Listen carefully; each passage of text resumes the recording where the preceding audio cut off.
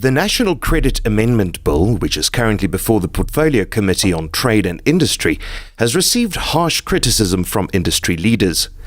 We are now chatting to Marguerite Jacobs, General Manager, Legislation and Regulatory Oversight at the Banking Association of South Africa, to shed some light on the bill and what it means for ordinary South Africans. Marguerite, thank you for joining us. Thank you very much, and hello to the listeners as well. Marguerite, what is the National Credit Amendment Bill? So basically what the bill is about is it's setting out its objectives, and its aim is to really create a debt intervention mechanism to assist consumers who are over-indebted, but consumers who are over-indebted through no fault of their own and due to circumstances that have changed beyond their control.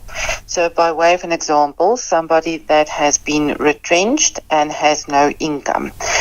What this debt intervention mechanism will do is it will assist consumers to then agree a repayment plan between the consumer and his or her credit providers who they owe money to then pay that back over a specified period of time. Why is it being rejected by industry leaders?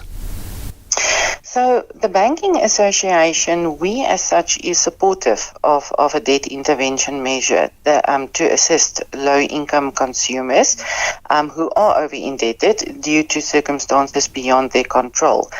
But we have certain concerns, and we're concerned because of the impact that this could have on consumers overall if it's not dealt with appropriately. So maybe I can give you one or two examples what I mean with that. Firstly, if you look at this bill, the scope of the application is very broad. Consumers who earn 7,500 gross monthly income and less can potentially qualify to go into debt intervention. We at the Banking Association believe that this threshold should preferably be lowered to be in the range of 3,500 to 5,000 gross monthly income, so that it's more aligned with the minimum monthly wage of 3,500, and which is then also to really assist the poorest of the poor. The reason for this is that if the Portfolio Committee on Trade and Industry, who is the owner of this bill and who is driving this bill, is not going to conduct an in-depth economic impact assessment to determine what that threshold should be, which they haven't done to date, we could potentially end up with a too broad spectrum and a too large consumer population being, and I almost want to say having the ability to apply for this measure. So that's one example. Another concern that we have identified and that we continue to engage with the Portfolio Committee on Trade and Industry on, is that we are very worried that the potential credit exposure for the banking industry is a very high exposure. And what this will mean eventually is it will mean that credit providers, in our case the banks, will adjust their credit risk appetite. That will in turn mean that the cost of credit, so a consumer's ability to obtain credit, will be decreased, and the cost then associated with obtaining that credit will most definitely increase. And then a last example of a concern that we have been raising and that we have been speaking about quite a bit is we also very worried about whether the National Credit Regulator and the National Consumer Tribunal will have sufficient capacity to deal with the potential influx of applications. If they are not well staffed and well resourced from a financial perspective, the objectives of this bill to assist over-indebted consumers will eventually not be met. Now, what are the chances of the bill actually being passed? The chances are very good.